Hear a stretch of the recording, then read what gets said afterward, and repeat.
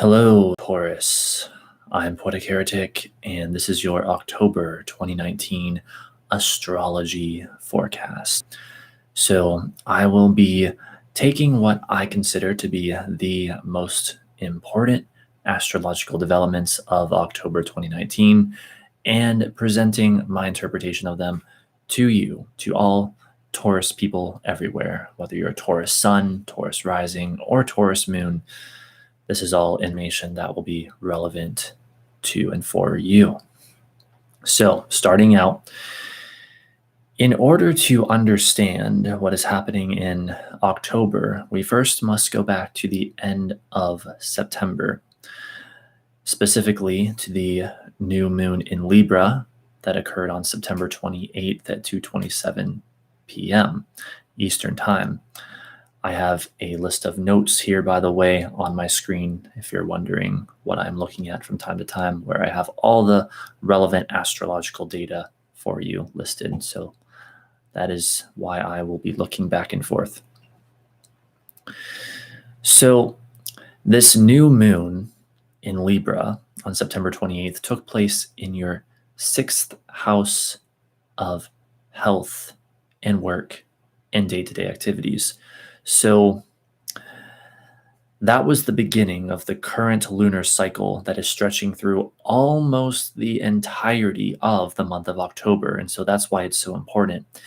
On September 28th, with that new moon, a new cycle began that emphasized your health and or your day-to-day activities and or your work, your day-to-day contacts, things of this nature. So what we have is that energy stretching through almost the entirety of October until specifically October 27th, when we have the next new moon, which we will come to and discuss a bit later. So just know that right now if you're watching this at the very beginning of October, there is the sort of slowly rising energy / emphasis on those areas of your life, your health, your work, your day-to-day activities, your schedule, those sorts of things. Now, getting into some of the more main stuff here in October itself. On October 3rd, Mercury will move from Libra to Scorpio at 4:14 a.m. Eastern Time. That is from your 6th to your 7th house. So for the first basically 2 days of October until those very early hours of October 3rd, Mercury will continue transiting your 6th house. So that's more of the energy we were just talking about with that new moon. Your health, your work, your day-to-day activities, and your schedule. Specifically with Mercury transiting that has your mind on those things. You're thinking a lot more lately about your work, your health, your day-to-day activities. But on October 3rd, when Mercury moves into your 7th house, there is a shift in the energy that day where now your mind, Mercury, is becoming much more focused on 7th house matters like relationships, partnerships, working together with other people. With Mercury being about communication, it's like, how can we communicate more effectively, perhaps, in partnerships, in the various relationships in our lives, specifically one-to-one relationships. This is not talking about anything involving a group like the 11th house does, for instance. This is talking about one-on-one partnerships. Now, sometimes the 7th house can talk about, well, they call it open enemies. So sort of like your public enemies, or if you have any sort of public enemies, well, your mind may become focused on that as well. But I think for the vast majority of people, we're talking your mind becoming focused upon partnerships in general. And that's for the entire rest of October, from October 3rd onward. And interestingly enough, because Mercury goes retrograde at the very end of the month, it's going to have an extended stay in your seventh house. And so you're going to be focused upon partnerships in a very mental sense for much longer than usual in the months to come because of the Mercury retrograde. But we will, I'm sure, get into that in future months. For now, in October, just know that for the rest of October, that's where your mind will be. Moving on October 4th, Mars moves from Virgo to Libra at 12:21 a.m. So the night of October 3rd, very, very early on October 4th, Mars will go from your 5th house to your 6th house. So those first 3 days of October, with Mars transiting your 5th house, Mars in the 5th is like, oh, you have so much physical energy for specifically and especially for self-expression, and you're prioritizing fun and prioritizing self-expression, and you're having an extra interest in, say, hobbies and possibly sports, possibly gambling or risk taking in general. Mars in the 5th house can be risky indeed, especially if you're not careful. But even though you have this increase of energy, the challenge is not having perhaps the self-discipline to manage that energy well. That is an issue that we can see with Mars in the 5th house. But this is something, again, like I said, that is only the case for the first 3 days of October. And then on October 4th, Mars shifts into your 6th house of, again, work, your health, day-to-day activities, your schedule. And so Mars in the 6th house is like very much about work, about prioritizing work, about being the hard worker. Mars in the 6th house will just keep sort of working away at things. You're prioritizing that. It is also a time where you likely will, or at least you'll be far more likely to prioritize your health issues and getting those resolved or under control, or at least making your health a greater priority in your life. So Mars in the 6th is mainly about working hard and your health more than anything, I would say. And that is, again, from October 4th for the rest of the month. October 4th onward. On October 8th at 1:05 p.m. Eastern Time, Venus moves from Libra to Scorpio. And that is from your 6th to your 7th house. So up until October 8th, so for the first week and then into the first half of the day, I suppose, on October 8th, Venus will continue transiting your 6th house of, again, health, work, day-to-day activities. And Venus in the 6th is all about like beautifying your workplace and taking pleasure in work and enjoying the work that you do, associating pleasure with work. And what was the other thing I wanted to say about that? Yes, being very, very practical and almost perhaps even calculated when it comes to love, because Venus is the planet of love. So when it's transiting your 6th house, which is a very like detail-oriented house correspondent to the sign of Virgo, Venus in the 6th is like, I'm not just going to enter into any romantic relationship. I'm going to really be very calculated about that. I'm going to be very analytical about that. So that's what we have up until October 8th. And then again, about halfway through the day, October 8th, 1:05 p.m. Eastern Time, there's a shift in the energy. Venus moves into your 7th house. And all of a sudden now it's like, oh, relationships, partnerships are the key focus, but there's such beauty now in partnerships, and let's find greater harmony with those in our lives, our various relationships slash partnerships, you know.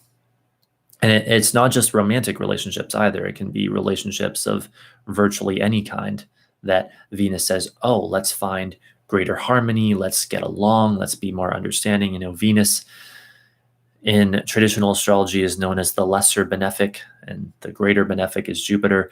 Venus is said to bless everything it touches and bring all kinds of good fortune. So it's actually a very, very good transit. Wherever Venus is in your chart is basically being blessed at any given time. Or we should say wherever Venus is transiting in your chart. So because you have your natal Venus placement and then you have where Venus is transiting these days. But anyway, just know that from October 8th onward this month, it's an absolutely great time for relationships. And you could say either for starting new relationships or for improving, even like repairing currently existing relationships. Just absolutely wonderful time for that. Venus is right at home in the 7th house. So after that, on October 11th, Mercury will enter its retrograde shadow in Scorpio, and that is in your 7th house. So I'll try to explain very quickly what I mean by the retrograde shadow. It's not when Mercury goes retrograde, because that doesn't happen until the end of the month, but it's like a pendulum. Mercury is moving along in the sky here, just moving along, and then it hits this point where it goes retrograde, and then it hits this point where it goes direct. Well, when it first gets to that point of the pendulum swing, and it's going through area that it's going to move back towards, when it first gets to this point, that's considered the retrograde shadow. And so it enters the retrograde shadow, then it actually goes retrograde, and then it goes direct again back through its retrograde shadow. So it goes through the shadow twice. Well, this begins on October 11th, and it's in your 7th house.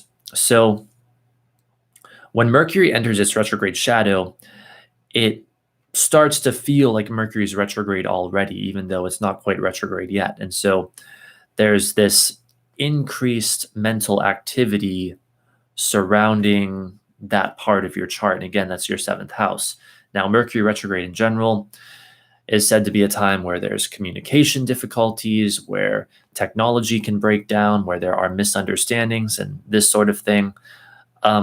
Some people think it's the end of the world. Other people think it's not really anything to worry about at all, barely, or if you're just maybe a little bit careful. I kind of take a middle of the road approach, and I think, well, it should certainly be honored, and you should certainly be careful during a Mercury retrograde, but at the same time, it's not the end of the world either. Now, regardless, it's taking place in your 7th house. So think of it like an amped up mental signal around your 7th house matters, which again are relationships, partnerships. So your mind is going to be much more focused this month, especially after October 11th, on relationships and partnerships.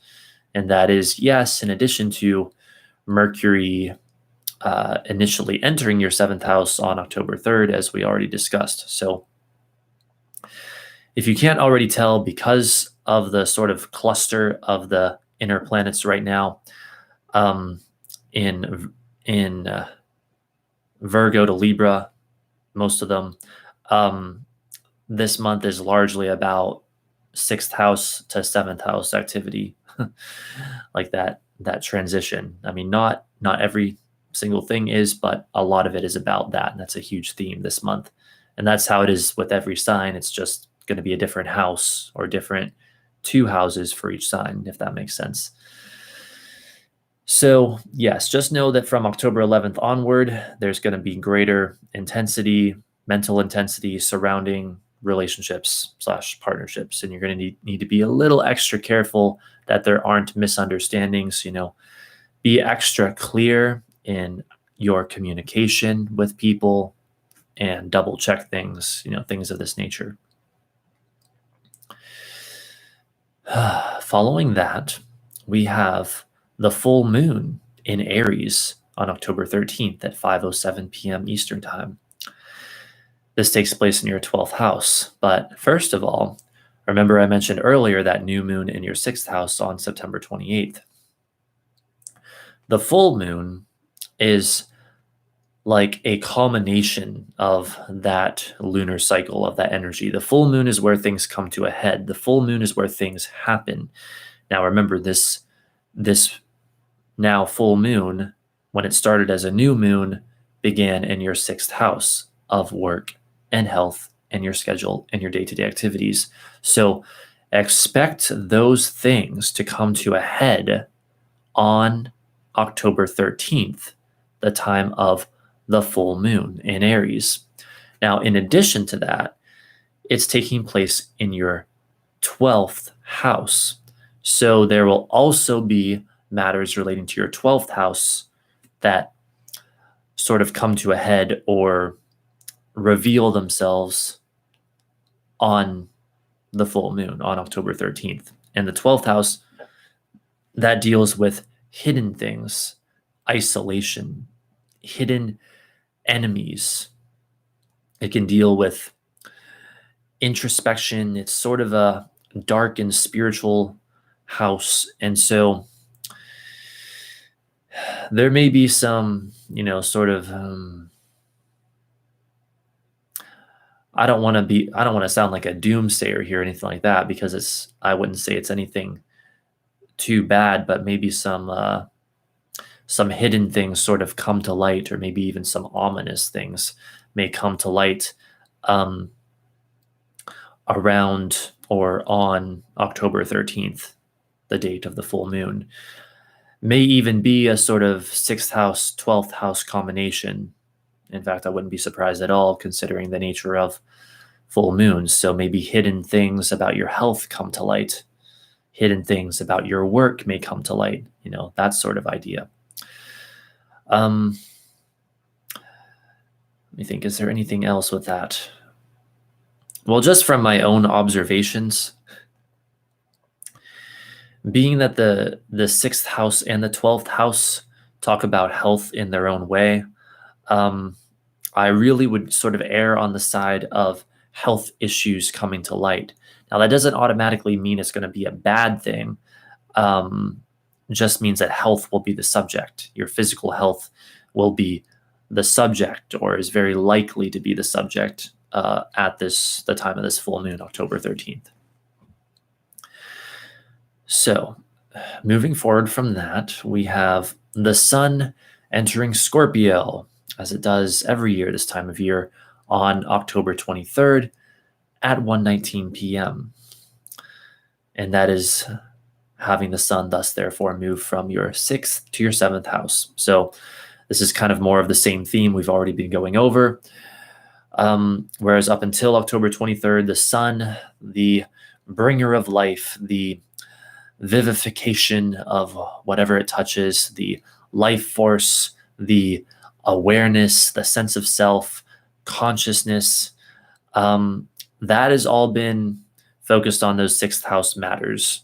So again, this is kind of just in a way more of the same of what we've already gone over, but just to emphasize that further, the sun has been transiting your 6th house of your work, your schedule, your day-to-day activities, and your health, and illuminating those areas of your life. Well, on October 23rd, there's yet another shift in the energy to your 7th house of partnerships, relationships, and now that is given much greater life and focus. And so indeed, this month, a big part of this month in general is the focus going in various ways from your work and health and day-to-day activities to your relationship life, your relationships, your partnerships. So let's see. Following that, on October 27th, the new moon takes place in Scorpio. So just as soon as I say that we have that 6th to 7th house transition this month, that's starting to change a little bit, but of course not entirely, because the new moon is in your 7th house. But we had the previous new moon, the previous lunar cycle was all about your 6th house. Well, now this new moon on October 27th at the end of the month is in your 7th house. So I guess really actually it is more of the same. I kind of misspoke. I don't know what I was thinking.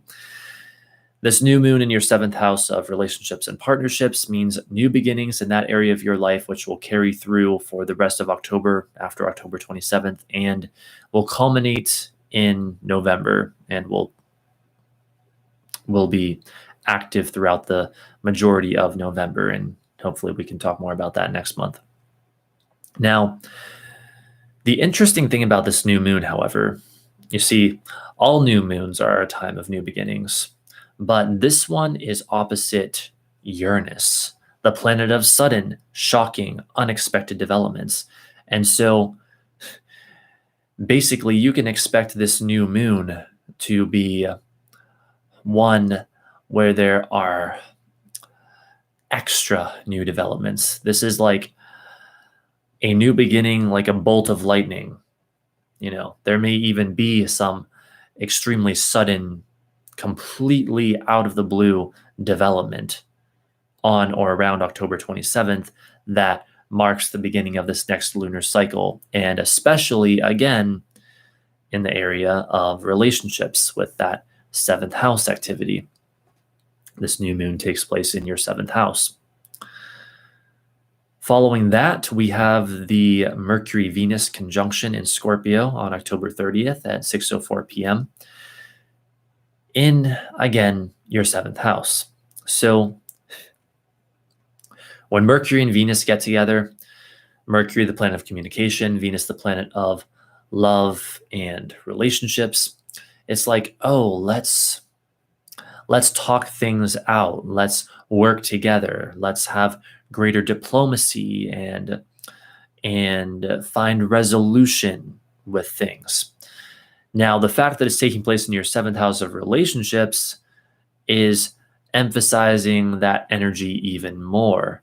There's going to be this sort of undertone of cooperation in one-on-one partnerships and very pleasant communication, or communication that is all about let's get along, let's find harmony, let's work together to fix things, that sort of thing. So expect all of that to really be focused on October 30th, on or around, and especially on October 30th.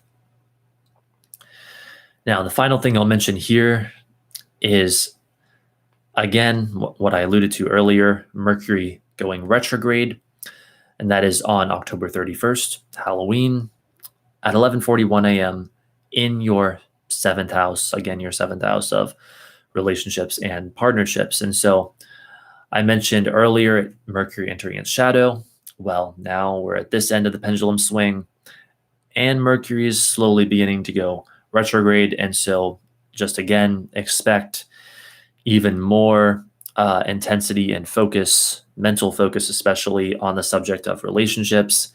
And as always with Mercury retrograde, be wary of potential miscommunication, of technological issues and things of that nature.